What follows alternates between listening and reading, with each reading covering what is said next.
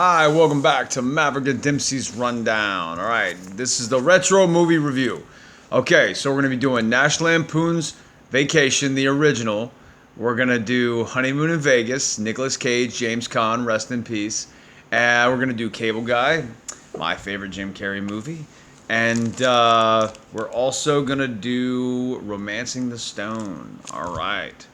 So, that's Michael Douglas, my favorite Michael Douglas movie, by the way. All right, so we're going to start out with Romancing the Stone. Okay, I just jogged her memory on that one, showing her the trailer because that was a couple weeks ago. All right, Romancing the Stone. Always been a favorite of mine. It was the first movie I ever saw Michael Douglas in. Also, I think it was the first movie I ever saw Kathleen Turner in. And it kind of, it's just a nice memory. It kind of like eternalized them and those characters for me. No matter what I see them in, I'm always going to hold them in high regard for that movie. It is a great adventure film. I'm not huge on adventure movies. I'm not the biggest Indiana Jones fan. I like it, but it's not that great. This one to me, this is my Indiana Jones. This is the one I wish would have had multiple sequels. You know, those sequels not that great. Maybe we'll do a review on that one day. But this one is the one I wish the Jack Colton character would have kept going, and Kathleen Turner's character, Joan Wilder. Wish it would have kept going. It was a hilarious movie. Danny DeVito in there is a great mix. It's a beautiful romance movie, great adventure movie. I still quote it to this day with many things. I can't hear the Doobie Brothers without doing that quote. And Michael Douglas did great as an action hero. I wish he would have had more action hero roles. Kathleen Turner was just a goddess in the 80s. Not so much in the 90s and beyond, but don't need to tap into that right now. Danny DeVito kept Lost Men in comedy. Now he's on It's Always Sunny. Just that was an introduction to him as well. It really, as a kid, it really got me into these characters. I think it's a great family movie. It's a great movie to watch with the family. They keep it wholesome. They don't go too far into anything that is too risque. You can enjoy it with your sons or daughters. I think it works for everyone, and it's a great date movie too. What did you think of it? I thought it was good and adventurous and funny, and I agree with you. Who's your favorite character? The guy.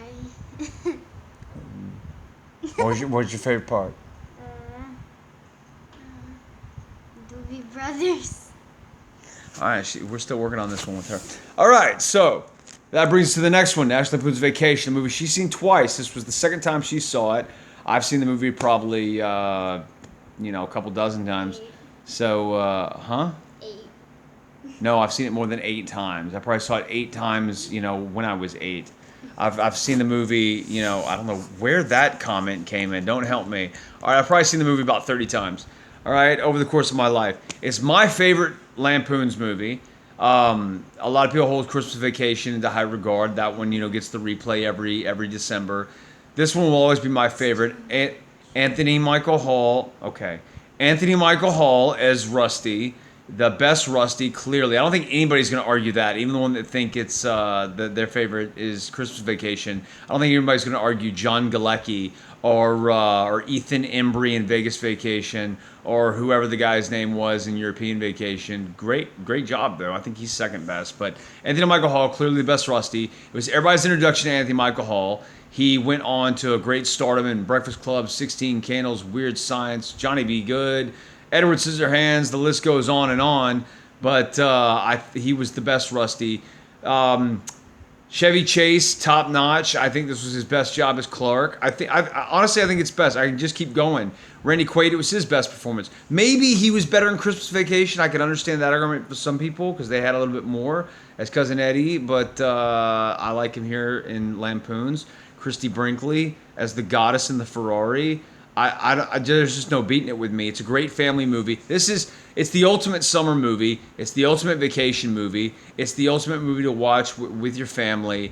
There's so many good things about it. Introduction to John Candy for many people. I know John Candy did a few other things before that. This was a big look at John Candy that then afterwards it skyrocketed him to fame as a comedic leading man. Definitely my favorite. What'd you think?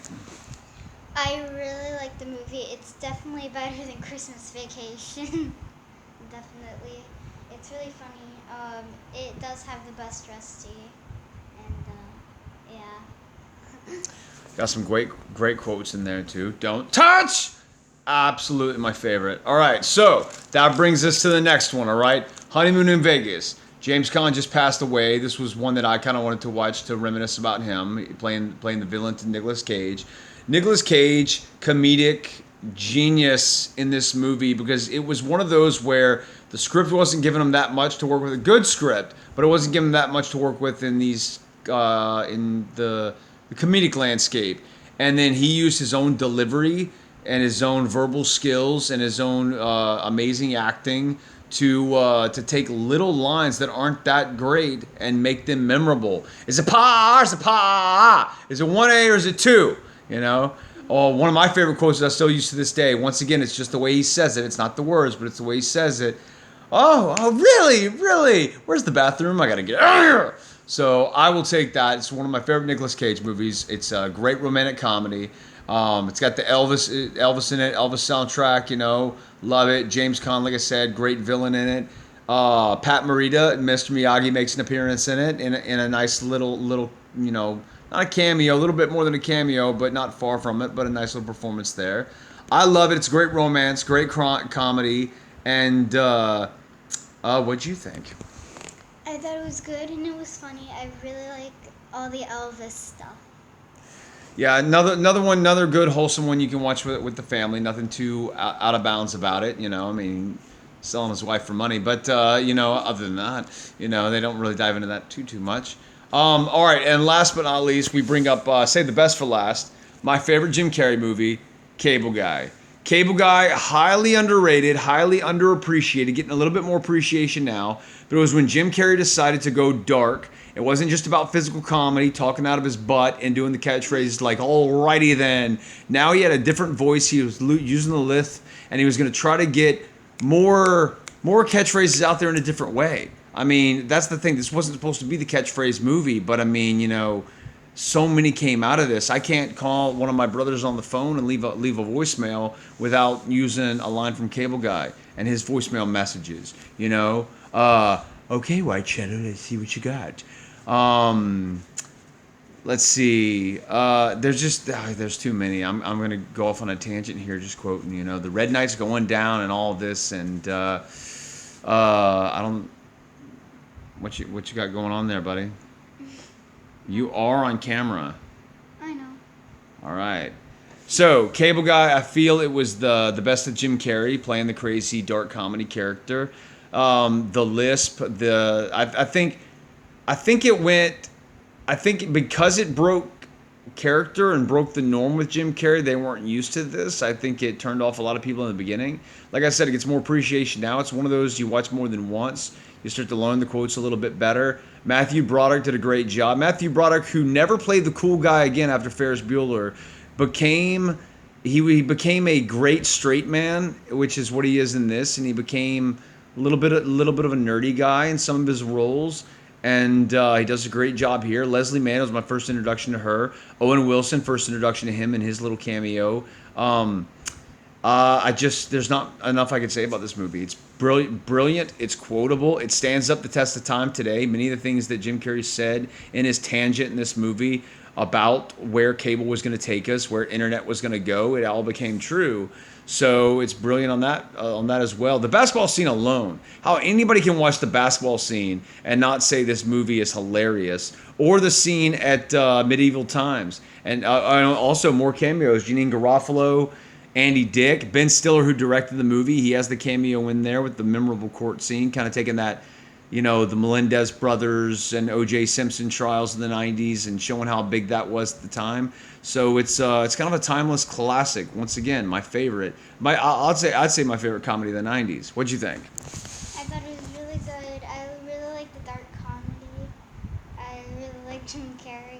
I agree with you on a lot of stuff. Dead air. Come on. You're doing good. Keep going. What was your favorite part? The karaoke. Ooh, the karaoke. That was different. Different from what I said. All right. Branching out, not just repeating me. That's all you got? Yeah. All right. Well, then that'll do it for this movie review. We got we've been watching a ton of movies lately. We'll have a lot more coming up for you soon. And also with football season getting ready to kick in, we already started the preseason. Not much to talk about there. Saints, lost last night. Who cares? Ian Book, whatever. But football season's about to heat up as well, about to kick off as well, and that's going to heat things up, and we're going to be back with some more sports podcasts, and she'll be telling you that everything is good and funny. All right. Next time. Peace.